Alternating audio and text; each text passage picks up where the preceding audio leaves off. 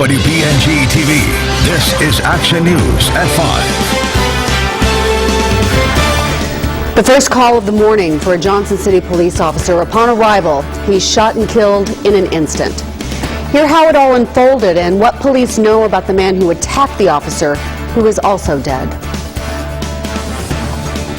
Good evening, everyone. I'm Candace Chapman. Thank you for joining us tonight. A Johnson City police officer was shot and killed early this morning after responding to Southern Tier Imaging for a disturbance call. Our Kelly McCarthy is live on the scene to tell us what police say happened in a matter of minutes. Kelly?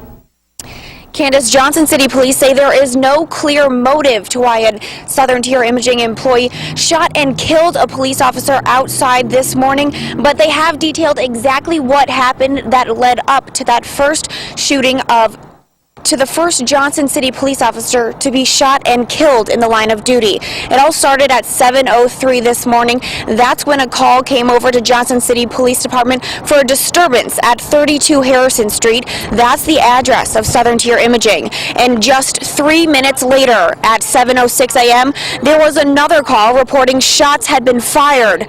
During those 3 minutes at Southern Tier, a Southern Tier Imaging employee named James Clark ran out of the building at 32 Harrison Street and attacked the first police officer who responded to the scene while he was still in his patrol car. That officer was 43-year-old David Smith. There was a struggle between the employee and Officer Smith, and the employee grabbed Smith's gun and shot him 2 times. Officer Smith fought for his life for more than an hour, but died from those 2 gunshots. The suspect ran down the stairs from Southern Tier Imaging. He had his arms up almost like he was surrendering, from the way I take it. Yelling something that was incoherent, and he attacked Officer Smith before he even had an opportunity to exit his patrol car. A second officer arrived on scene just minutes after Officer Smith. The suspect, James Clark, saw the second officer and started shooting at him. He fired the remaining bullets in Officer Smith's gun. Police believe that was another 13 shots fired. The second officer then shot at James Clark. Clark was taken to Wilson Hospital, where he died on the operating room table at 10:22 this morning.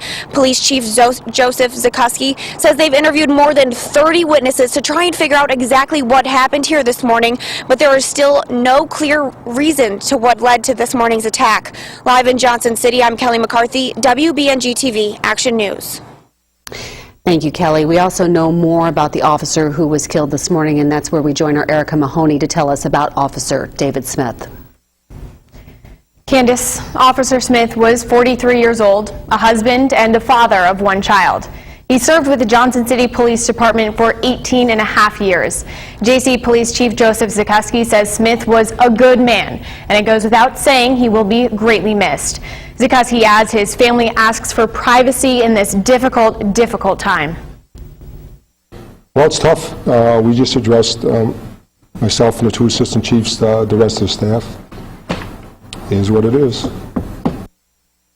What you are seeing now, Smith's badge.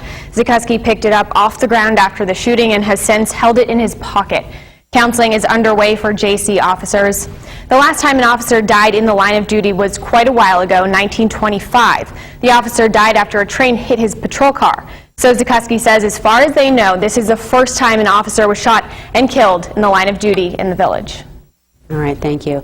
And now more about the man who grabbed that gun and killed Officer Smith. James Clark worked as an MRI technical operator at Southern Tier Imaging Center. Our Matt Porter has been following this part of the story. He joins us live in Johnson City. Matt?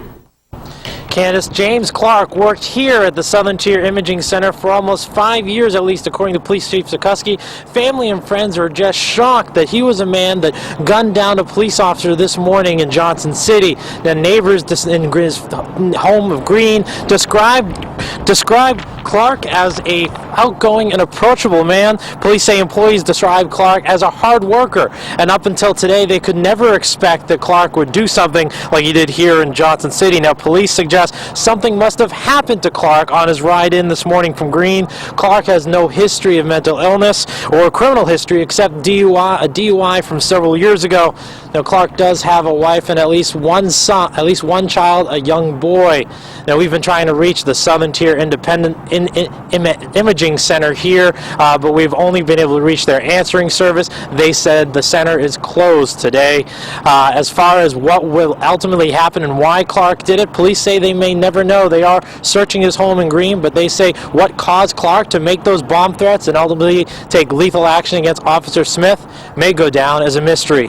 Live in Johnson City, Matt Porter, WB and GTV Action News. All right, thank you, Matt. And it was just a few moments ago actually, that we did receive a statement from Southern Tier Imaging. This is from Dr. Edward Santelli. He's president of Park Avenue Associates in Radiology, which is Southern Tier Imaging, and says the physicians and staff of Southern Tier Imaging are shocked and saddened by the tragic event that took place this morning. Our thoughts and prayers are with the victims of this senseless act, and we would like to express our heartfelt condolences to Officer David Smith and his family. They go on to say, we've been cooperating with the Village of Johnson City Police Department and will continue to work closely with them and all others involved in the ongoing investigation of this incident.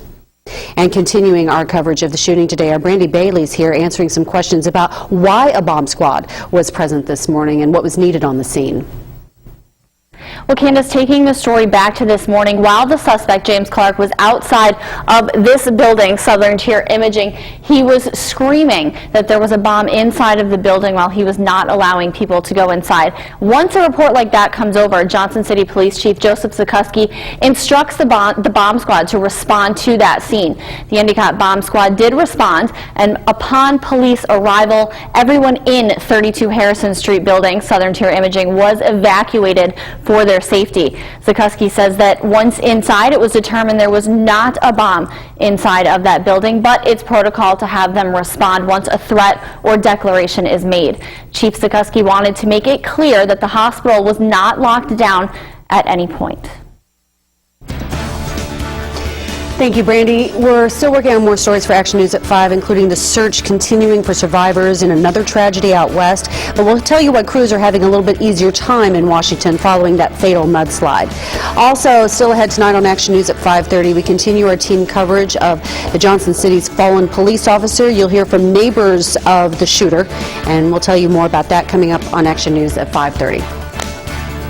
Into the Western Plains states, we're looking at much warmer temperatures, milder air there into the 70s right now. We're not going to be into the 70s, but this system is going to push over towards us into the Northeast, and we're looking at a much milder day tomorrow to feel a lot more like spring than it did last night. Here's a look at the next several hours. We head throughout the rest of the evening. We drop into the 20s with clear skies, but again, warm temperatures. I'll tell you how warm after the break.